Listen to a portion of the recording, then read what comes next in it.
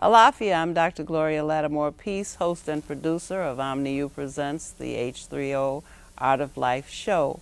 The title of this show is Artistry in Culture, and I have on this stage with me masters of culture and art. I have Kelan Cohran and his fellow artists who have come to give us a very good infusion of artistry in culture. And I'm sure you're going to enjoy this very fine artist who is soon to receive the Jazz Unites Award for 2009 on August 1st and 2nd at the South Shore Cultural Center. He will be there, and so will we. Hotep. Well, thank you so much. You know, it's always an honor for me to even be in your presence, much less on your show, because you've kept the part that is most dear to us all before us. And so I honor you for that. That's why we bring all of our work down here for people to see. But actually, we have an idea that just back in the 60s, when we wore the natural, we created a stir in our communities, and it spread all around the world. It's conflict over nappy hair, you understand? So through this conflict, we learned to accept our hair in its natural state. And so what I thought about also was that we could use the dialect in song and go back to the spirituals, and maybe we could get our people to look to those who got off the boat before they looked to people in Egypt or anywhere else in ancient Africa, you know. Let us embrace ourselves in the pristine state of survivors of the Middle Passage. And so it's the words that we use, the songs. Although they came from different nations in Africa, they melded together one body of songs we call the spirituals. And to date, there has been no other music to stand beside it, anywhere amongst any people in the world. And yet, we, the recipients of this great legacy, have spurned it and turned our minds to trash and garbage in its place. So it is my hope and our hope that we can stimulate people to re-embrace the greatest legacy any people ever had. And we're going to do some spirituals, and we're starting off now with a song in the old ancient meter. This meter isn't used, rhythm is very seldom used in this society. And I introduced it. In fact, Sun Ra used it also, and I was introduced by his use of it. But I had also studied classical music, and it is sometimes used in classical music. This is a 7. And in the ancient African world, 7 was the holy number because it is the number of the cosmos.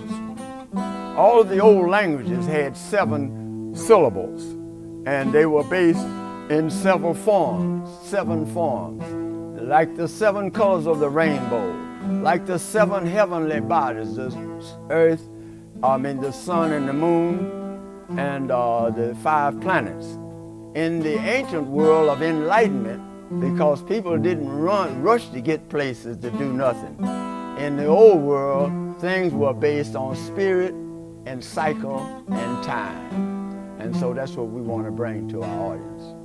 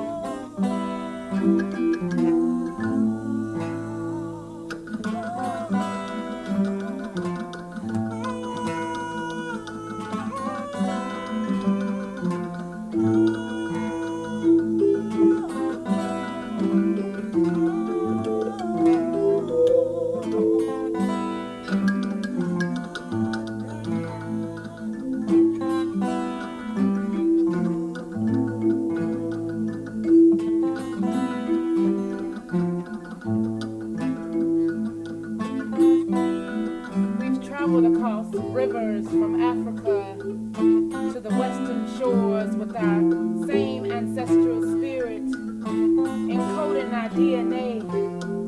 We're physical beings manifesting as spiritual beings on this physical plane to manifest mastery, love for self. For our ancestors, we connect and we feel that spirit today.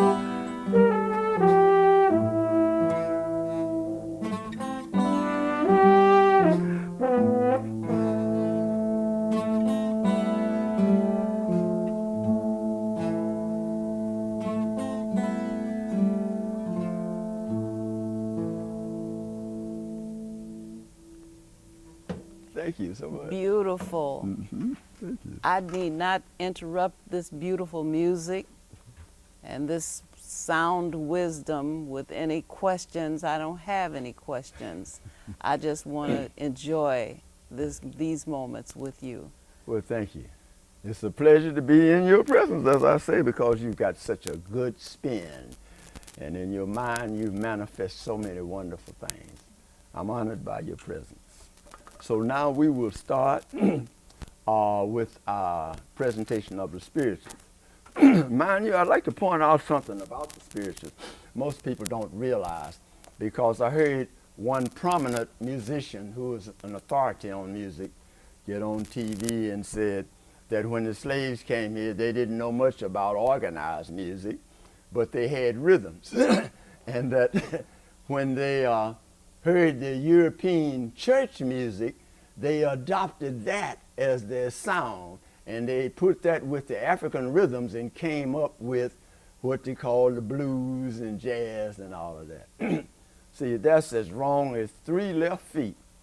But it was in a time of ignorance back in the 90s.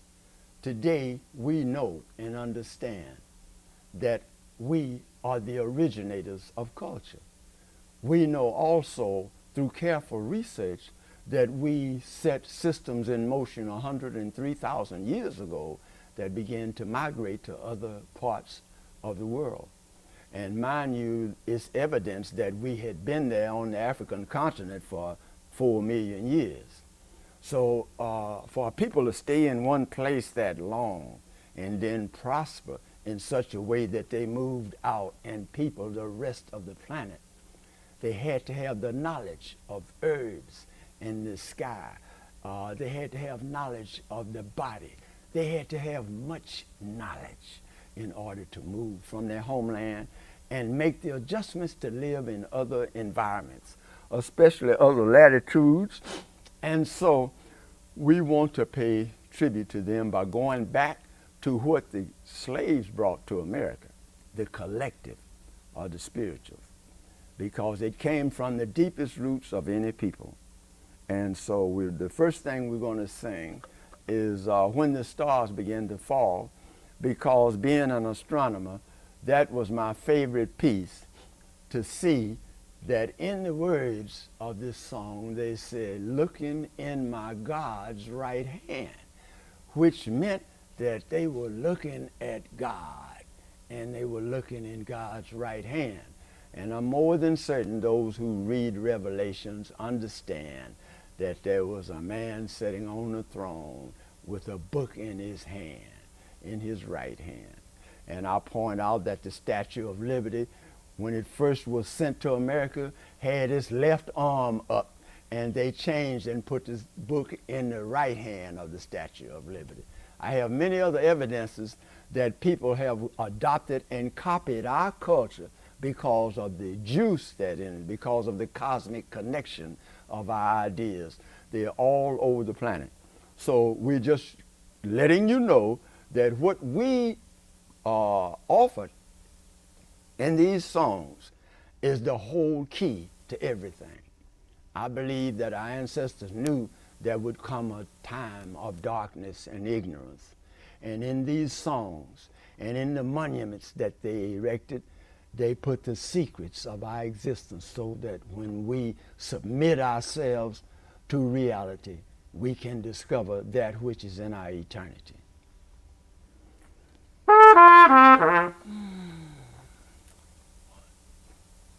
My Lord, what a morning. My Lord, what a morning. My Lord, what a morning when the stars began to fall. You'll hear the trumpet sound To wake the nations underground, looking in my God's right hand, when the stars begin to fall. My Lord, what a morning.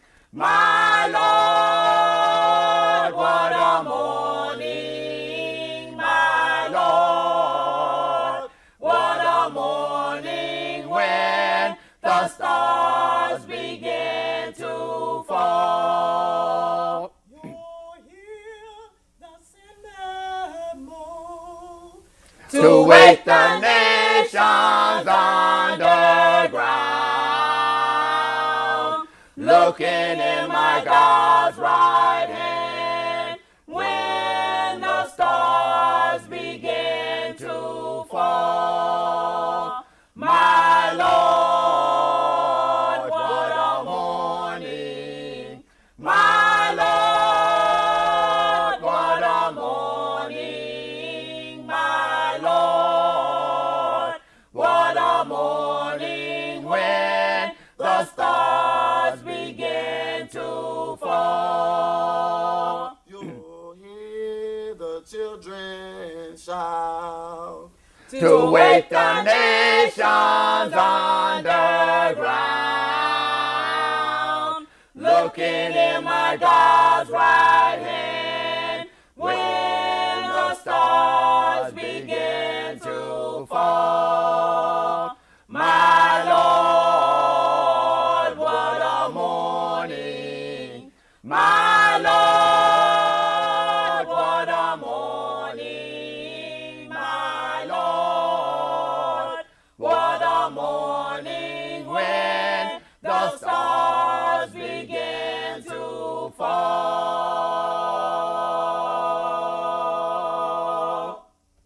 Thank you. Very good. So now with that spiritual opening up our offering of black language, because this is what this program is about. It's about our communication forms, which to me are superior to internet.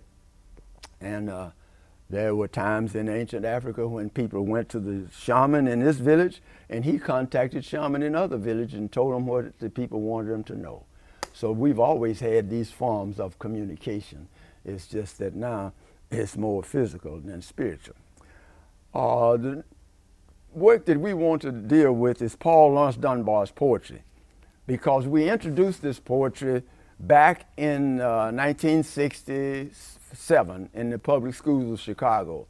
Some of the viewers may have attended one of the schools. We performed in 50 schools in '67 and end up at the Museum of Science and Industry the month of May, performing twice a day for different schools and groups that were brought in to see.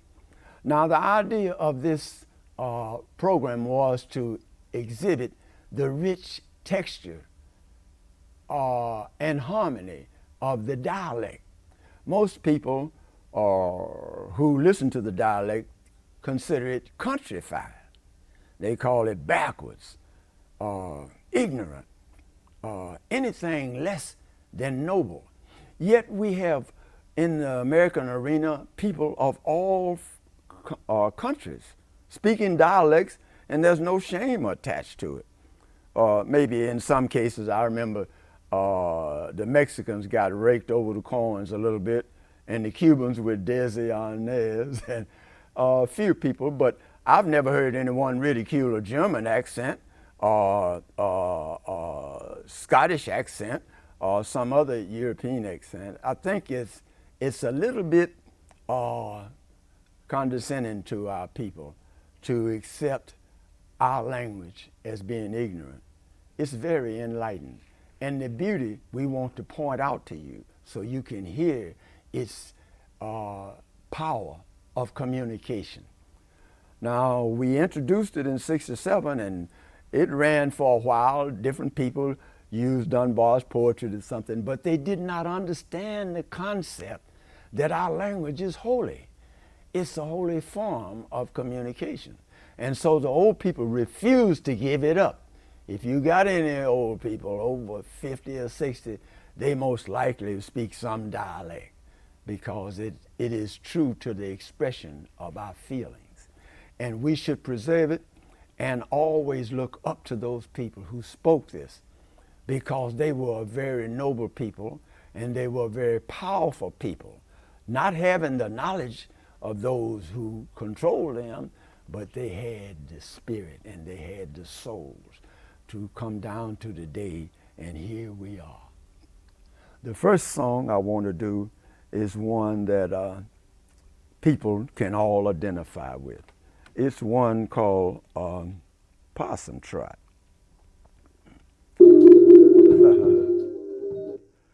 Well, didn't you know it? 4.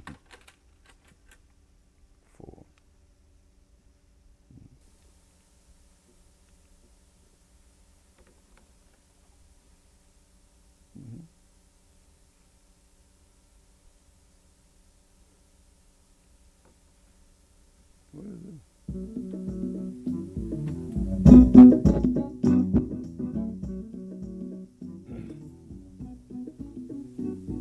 I've journeyed round considerable, seeing men and things, and I've learned a little of the sense that meeting people bring. But in spite of all my traveling and all I think I know, I've got one notion in my head that I can't get to go. And it is that the folks I meet in any other spot ain't half so good as them I knowed back home in Possum Trot. Ain't half so good as them I knowed back home in Possum Trot. I know you never hear the name, it ain't a famous place. And I reckon if you'd search the map, you couldn't find a trace of any such locality as this I've named to you. But never mind, I know the place and love it dearly too. It don't make no pretensions to being great or fine. The circuses don't come that way, there ain't no railroad line. It ain't a great big city where the schemers plan and plot, but just a little settlement, this place called Possum Trot. But just a little settlement, this place called Possum Trot. Now don't you think the folks that lived in that outlandish place were ignorant of all the things that go for a sense of grace? Why, there was Hananiah. You may search this teeming earth and never find a sweeter girl or one of greater worth. And Uncle Abner Williams, leaning on his staff, it seems like I can hear him talk and hear his hearty laugh. Ah! His heart was big and cheery as a sunny acre lot. Why, that's the kind of folk we had down there at Possum Trot. Well, that's the kind of folk we had down there in Possum Trot. Good times? Well, now to suit my taste, and I'm some hard to suit. There ain't been no such pleasure since, and there won't be none to boot.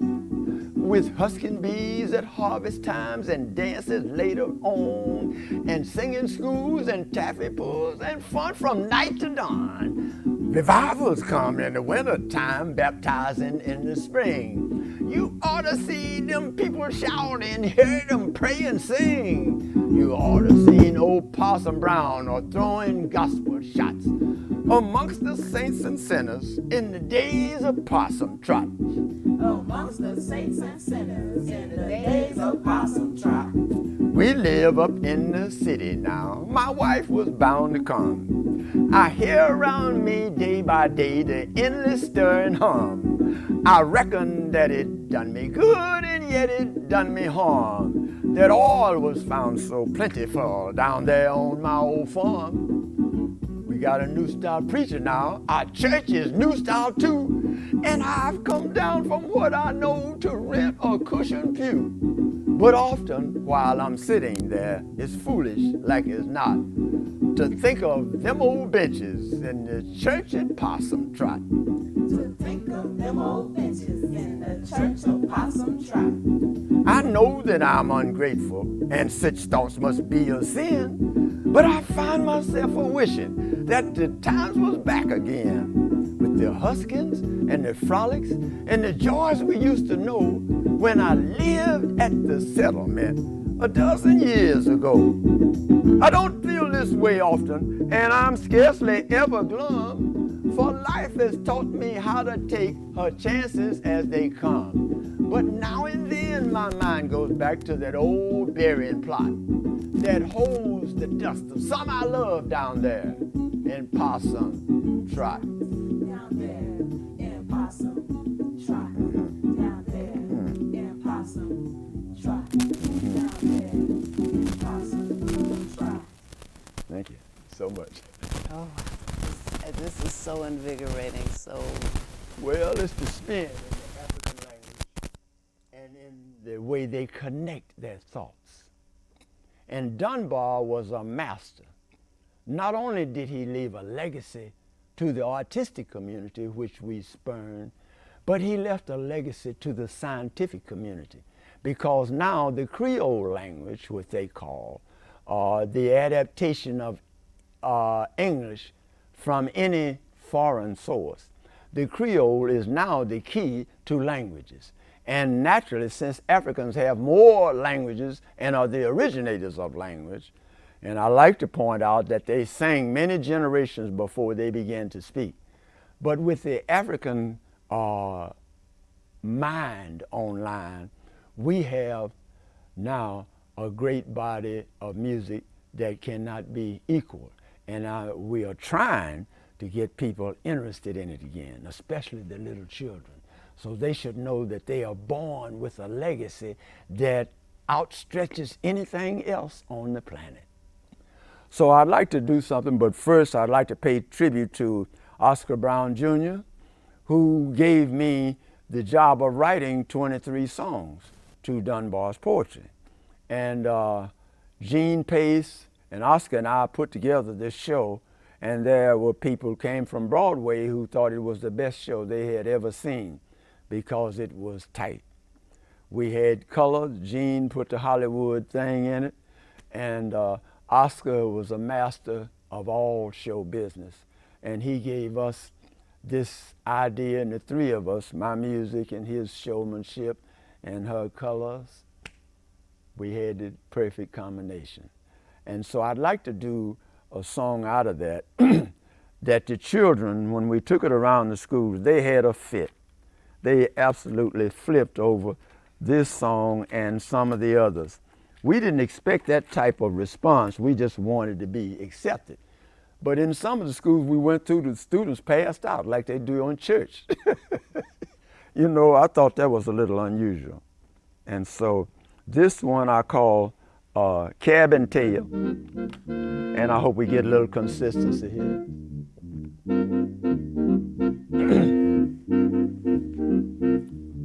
What you say there, child, you's enough to drive me wild. Want a story? Just hear that.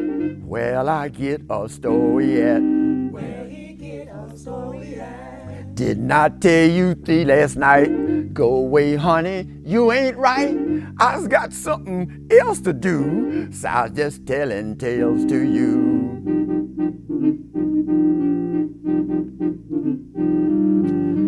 just one. Let me see what that one's a going to be. When you's old, your memory fails. Seems like I don't know no tales. Seems like he don't know no tales. Well, sit down there in that chair. Keep still if you wants to hear. Take that chin up off your hands. Sit up nice now. Goodness lands.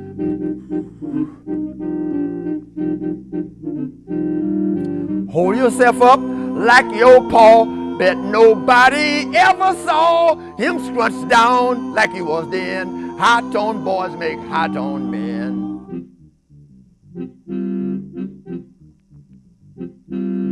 Once there was an old black bear, used to live around here somewhere. In a cave, he was so big, he could carry off a pig. He could carry off a pig. Like you picks a chicken up, your little bit of pup. And he had two great big eyes, just about a saucer size.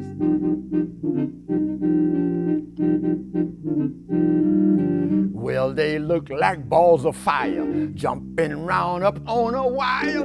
When that bear was mad and lost, but you oughta seen his paws. But you oughta seen his paws. Did I see him? How you expect? I was going to recollect this here yarn I was trying to spin. If you keeps on putting in.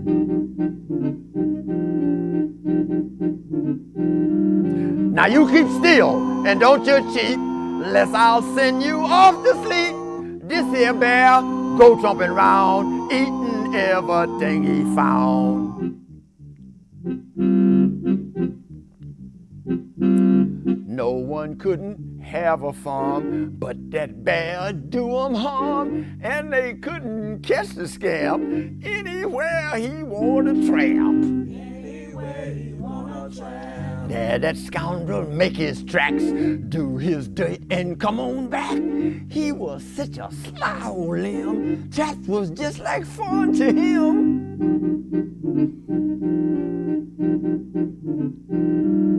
Well, down near where Mr. Bear lived, there was a weasel there, but they wasn't friends at all, 'cause the weasel was so small. Was so small. And that bear, just for sass, turned his nose up when he passed. Weasel small, of course, but my, them there animals is sly. So this here one says he, I'll just fix that bear, you see. So he fixes up his plan and hunts up the farmer man. When the farmer see him come, he miss looking mighty glum, and he catches up a stick, but the weasel speak up quick. But the weasel speak up quick. Hold on, Mr. Farmer Man, I want to play a little plan. If you wait, I'll tell you where and just how to catch old bear. But now you must give me one fat chicken first. Last the man, he scratched his head, then he says, I'll make the trade. So the weasel ate his hand.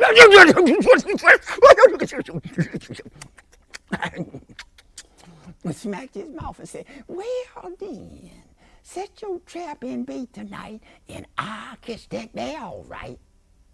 Then he ups and goes to see Mr. Bear and says he, well, friend Bear, we ain't been friends, but tonight hard feelings ends. If you ain't too proud to steal, we could get a splendid meal. Of course, I wouldn't come to you, but it must be done by two. It's a trap, but we can beat all their tricks and get the meat. Course I'm with you, said the bear. Come on, weasel, show me where. Well, they trots along until that there meat began to smell in the trap, and the weasel said, now you put your paw this way, whilst I hold the spring back so. Then you grab the meat and go. That bear, he had to grin as he stuck his big paw in. Then he shook up, come in, weasel like us. Like I said, the weasel, I done cut you, Mr. Bear. Oh, that bear just snorted and spout, trying his bestest to get out. But the weasel said, goodbye. Weasel small, but weasel sly. He turned his back and run and told the farmer what he done, and the farmer come down there with an axe and killed the bear. There now, ain't that story fine? Want some more? Never mind. Run along, you rascal, you. No, sir, that'll do. And so we go to the next realm of Dunbar. And so we have a rich collection. When Oscar asked me to write the music, I chose to reach and get every form of black experience I could in his poetry. And so we had blues, gospel, we had everything in the black community we experienced. And I drew from different poems to get that. And the next one is our love for the dance. It's called Angelina. Now, Angelina was something special, you know. We still got that specialty today. Let's see now. I want to see if I can get her background music here.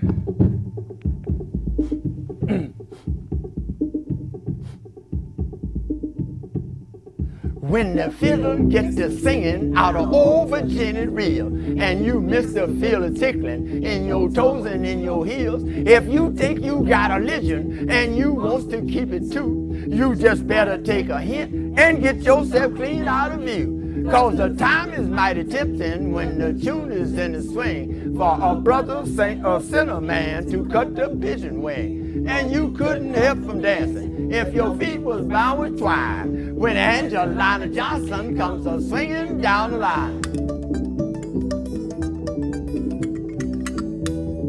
No, Miss Angelina, she's the darling of the place. Why, there ain't no high-tone lady with such manners and such grace. She can move across the cabin with his planks all rough and woe, just the same as she was dancing on old Mrs. Ballroom floor. Fact is, you don't see no cabin. Everything you see look grand, and that one old squeaky fiddle sounds to you just like a band. Cotton breeches look like broadcloth, and a Lindsay dress look fine when Angelina Johnson comes a swinging down the line. Some folks said it's dancing sinful, and the blessed Lord, they say, gonna punish us for stepping when we hear the music play. But I tell you, I don't believe it, for the Lord is wise and good, and he made the banjos metal, and he made the fiddles wood, and he made the music in them, so I don't quite think he'll care if our feet keep time a little to the melodies we hear. Why, there's something downright holy in the way our faces shine when Angelina Johnson comes a swinging down the line.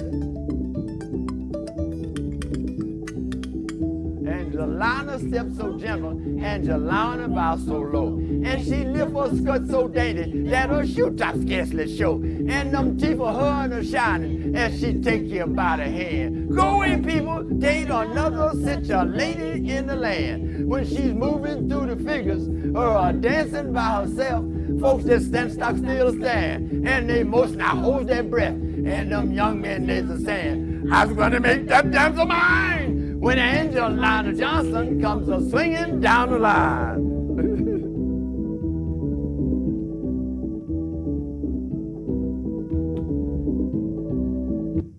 All right. Thank you for Angelina. I can conjure up all types of wonderful ideas of the many beautiful women I've seen dance in my life. And so Angelina fits very good. But there are also other aspects of our experience that we'd like to reflect on if it's possible. And one of them is the Columbian Exposition that was held out here by the University of Chicago the Midway Plaisance and all of these surrounding area there, they had a great fair in 1893 to celebrate the accomplishments of America. And that was a great occasion for the first time to demonstrate to the rest of the world that America had come of age. And so I think, if I remember correctly, each state was given about a week or several days to display what they had. And so everybody tried to participate. And absolutely in 1893, we were just a little bit off the boat. And so the people had to go to them and petition for a day for black people. And they gave us August the 18th and called it Coloreds Day. And so we had Frederick Douglass, who was in charge of the Haitian pavilion because he was very popular amongst blacks and considered to be quite a person amongst everyone else. And so he enlisted the aid of Paul Laurence Dunbar in his great poetry. And there was one poem that was recited during that occasion on August the 18th, 1893, because the vendors that day, in ridicule of black people, all decided to sell watermelon in their vending stands. And so it was Frederick Douglass gave his greatest speech on what kind of people would do something like that. And so it was Paul Laurence Dunbar that had the opportunity to recite his poem, An Ode to Ethiopia.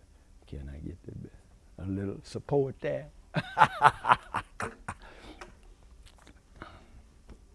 It was something like this.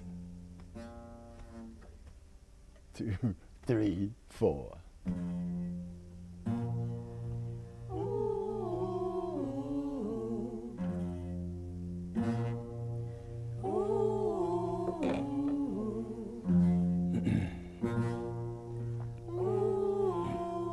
O Mother Race, to thee I bring this pledge of faith, this tribute to thy glory, unwavering.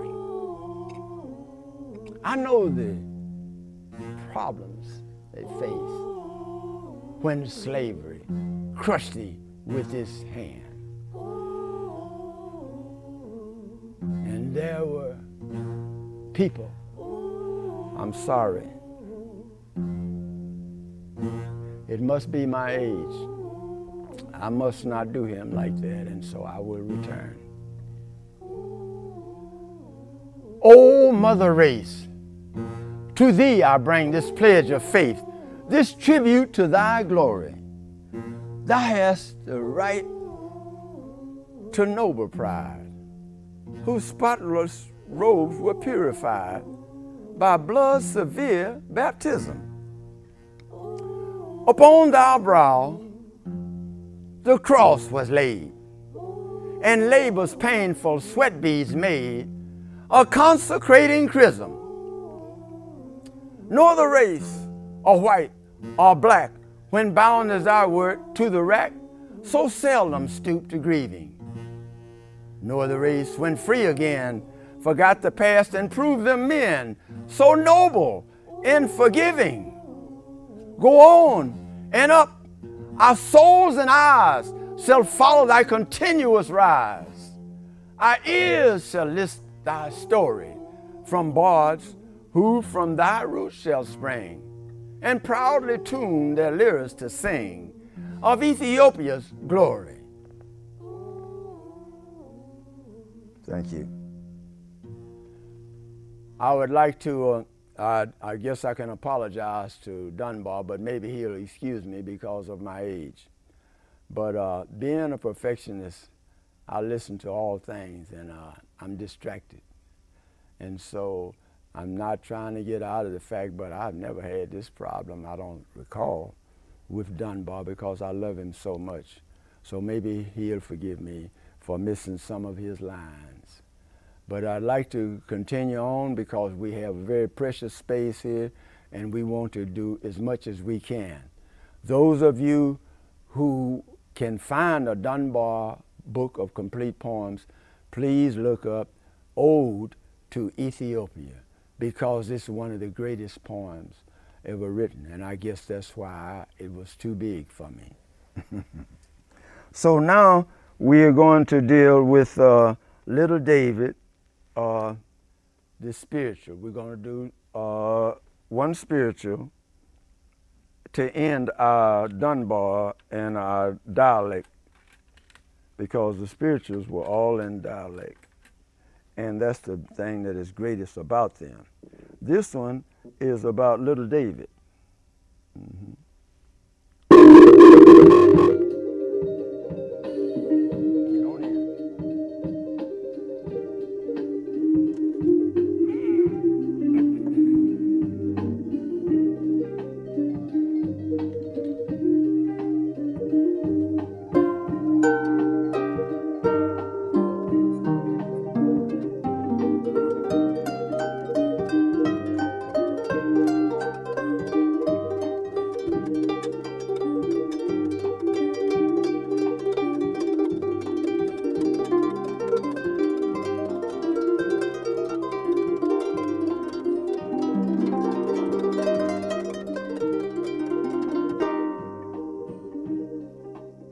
Little David, play on your harp, hallelujah, hallelujah. Little David, play on your harp, hallelujah.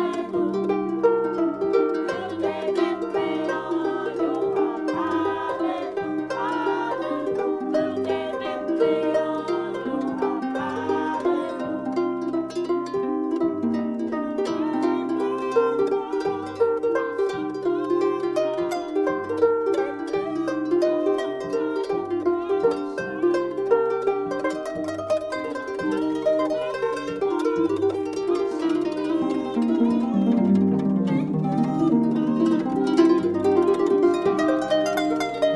Little David, play on your harp,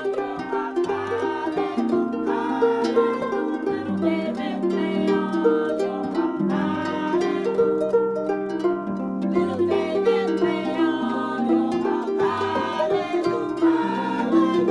David, play on.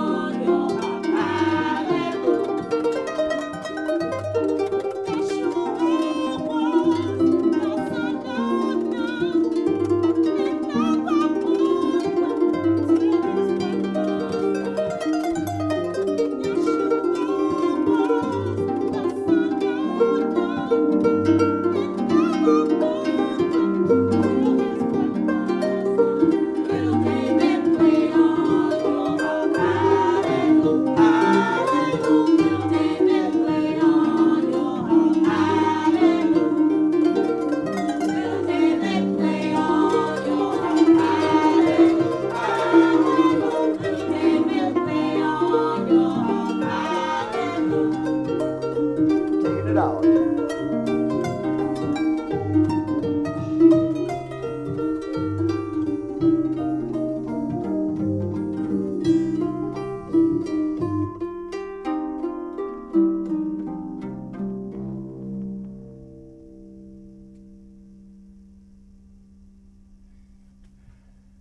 Thank you. That is basically what we wanted to present in the form of dialect and all of that, but naturally we have one song, maybe that'll be heard, that is called Morning Star, but that's my music. From studying this slave songs and from studying other people's music. In fact, I studied other people's music first, and then one day it occurred to me I hadn't studied my own. So I went back and did research. This is in the 50s, mind you, 1950s I'm talking about. I went back and studied our music. And it just so happened that I had an advantage because I was born in Mississippi. And I sang the songs, the old songs, every morning before I went to school. Or rather, at school, we sang for 30 minutes, all the old songs. And so It wasn't until I took yoga in 1961 that those songs came back in my meditation. And I realized that that was my cornerstone. And so I built my life around it. And all of my music reflects that. Everything I play has some of that in it. And we want to present a very gifted young lady who sings this song that I wrote about our condition here in America. It's called Morning Star, because we know that all of the slaves knew the heavens upside down and backwards, and they based their lives on the knowledge that was passed down about their relationship to the cosmos. And that's why I call it Morning Star.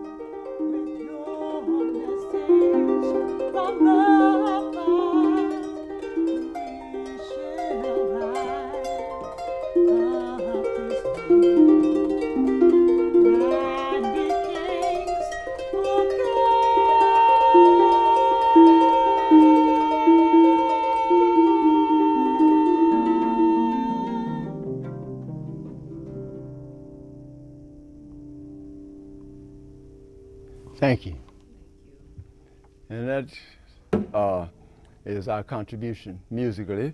If you'd like to discuss it, if we have any time left. May we introduce the other That would be great, members? wouldn't it? Yes. Let's start off All right, right. here. Okay. Next to you All right. is Sister Rasheen Carter. Do you want to say something? Nice to meet you too. Be on this show. I appreciate you inviting us. Thank you. And this is Taslim, that's a very well-known poet and writer and a lot of things. And so, would you like to say something, Rasheen? Taslim? Peace and blessings. I'm happy to be here, and I'm very honored to be performing with a master like Kelan. And of course, the master is Kelan Cohran, which I have to mention again is receiving a Jazz Unites Award for 2009 on August the 1st and 31st. 31st of July. 31st of July, Yeah. and then the Jazz Unites concert continues on the August the 1st and 2nd at the It South does, Shore yes, Cultural right, Center. right, all that. Right, so there's an entire weekend. Yes. You get your honor on the Friday. 31st. Yeah. Okay. And then of course I have to call special attention to Fanta Selah, Right. because it is she who has endowed me with this beautiful jewelry Oh, that I'm goodness. wearing. She's such a creative person. Thank you so much. Yes, I'm a fine artist, jewelry designer, and honored to be a singer with, the modern day pharaoh, Kelan, Cohran. And you can actually check out my collection online at www.fantaselah.com. So it's definitely accessible to the world now, but you look like a queen. It's really She's I a great feel painter. like a queen. Yes, She paints. yes. Very good artist. And your name? Thorville Johnson. All right, Yes, and I've seen you over the years with Brother Phil, and I just appreciate you and him for, all the things you all do for the community and informing us and bringing us up. So thank you. I'm glad you joined me today. And I have to also greet my guests for my next show, which will include all of you still. All right. This is Mama Edie. Yeah. Mama Edie is herself a storyteller and a number of other, she wears a number of other head wraps. And so we'll be talking about it. Interestingly enough, you have actually given us an opening, because the title of the show is Communication and Culture. And so, you must have been somewhere around when we were having our conversation about the content of this show. And in fact, Mama Edie mentioned that you and she had a conversation Right. and had shared much in common around the subject area. Right. So I'm so excited Yes. that this has come together like this. It's all spirit. I tell you, You because know I couldn't that. have planned this. See, I feel like You- I'm in tune with my ancestors when things like this happen. Absolutely. They call it synchronicity. There you go. All right. Well, I'm so very happy to have had you perform again with me on this thank show. And I'm, I have nothing but accolades for you, because you have been consistent. You have been consistent in your dedication to your culture, and you have given us many institutions and many opportunities to bask in our culture. Can I add something? If you take a half a minute, they A give half me a a minute. cue. There's an old saying by a sage, a Chinese sage by the name of Cohran, and he wrote what is called a Ne Ping in 325 AD. And he said, "It is not difficult to enjoy the fullness of life. The difficulty lies in discovering the divine process." And then the second sentence, he says, "It is not difficult to discover the divine process. The difficulty lies in carrying it out." And then the third line says, "It is not difficult to carry out the divine process. The difficulty lies in persisting to the end." That was in 325 AD. You must have been there. Well, You must have heard that firsthand, because you have taken it to heart. yes. That's what I follow. That's one of the things I follow, not because he said it, but because it's true. And I think that anyone who discovers any truth must stay with that. Never give it up. Any truth that you